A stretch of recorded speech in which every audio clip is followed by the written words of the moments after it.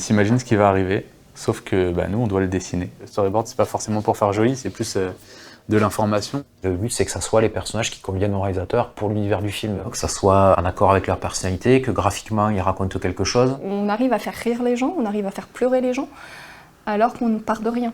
Et du coup, c'est comme un travail d'acteur, sauf que c'est nous qui créons l'acteur. C'est un petit peu le même boulot que ferait un chef-op sur un plateau live, en fait.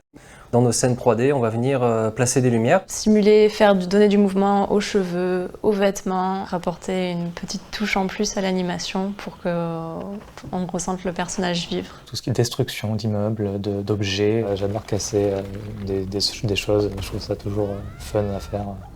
C'est toujours ce qu'on peut pas faire dans la vraie vie, donc c'est toujours rigolo.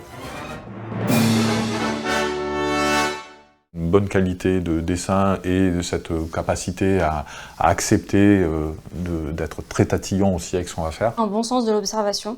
Il y a une sorte de complexité à reproduire le réel qui met une certaine pression, mine de rien, à se dire est-ce que c'est crédible ou pas ce que je viens de faire. J'ai vu qu'il y avait une école de 3D à Lyon.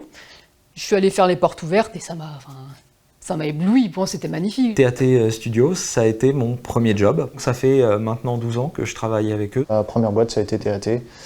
Ils m'ont embauché, donc je suis passé de Paris à Toulouse. Je suis totalement autodidacte. Dans ce métier, le plus important, c'est la qualité de votre portfolio. Il suffit d'être motivé, d'avoir la passion et d'y aller à fond, quoi.